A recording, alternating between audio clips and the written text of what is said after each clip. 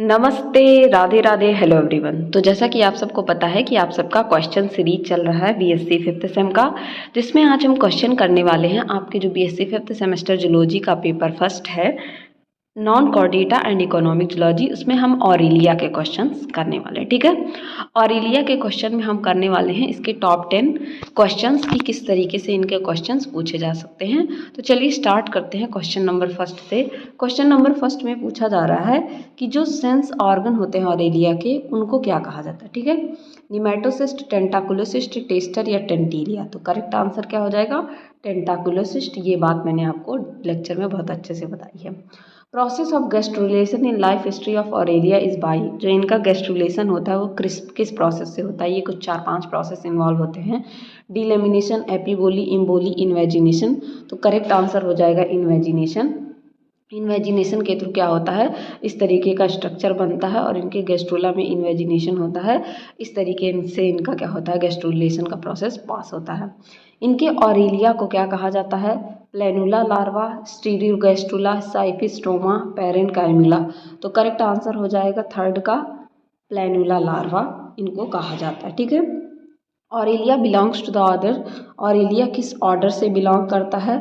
कोरोनेटी, Semaeostomeae और Rhizostomeae none. तो correct answer क्या हो जाएगा आपके फोर्थ का, that is B, Semaeostomeae order से ये बिलोंग करता है, ठीक है।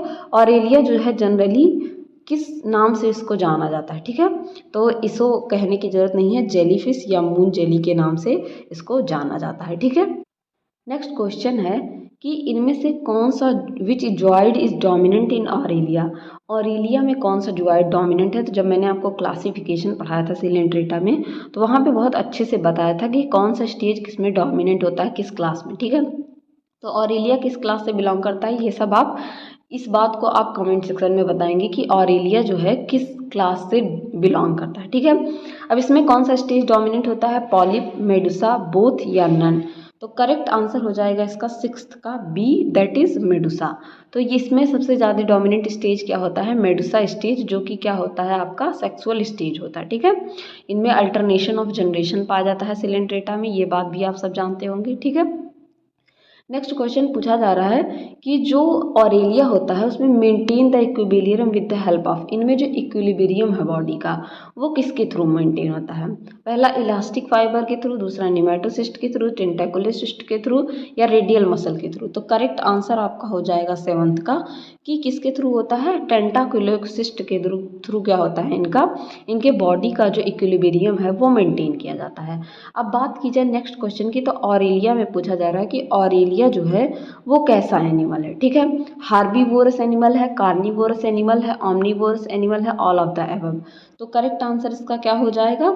इसका करेक्ट आंसर आपका हो जाएगा एट्थ का B, that is this is carnivorous animal. कैसा एनिमल है? कार्निवोरस एनिमल है।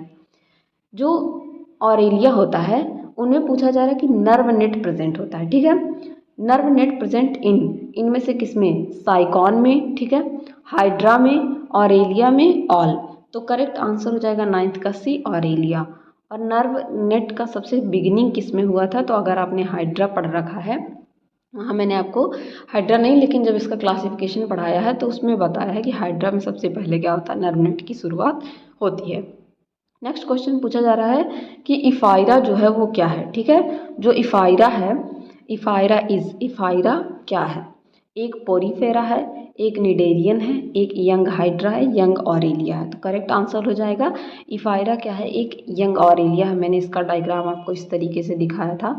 इस तरीके से इफायरी लार्वा का फॉर्मेशन होता है और ये इफायरी लार्वा अलग होके क्या करते हैं, एक यंग ऑरेलिया का क्या करते हैं, इस तरीके से स्ट्रक्चर बन रहा था इनका, यंग ऑरेलिया का डेवलपमेंट करते हैं। अगर आपने एक लाइफ साइकिल बहुत अच्छे से पढ़ी है, मैंने जो पढ़ाया है, तो वहाँ आपको समझ में आए होंगे। तो ये टॉप 10 लार्वा थे, ये आप इसका स्क्रीनशॉट भी ले सकते हैं।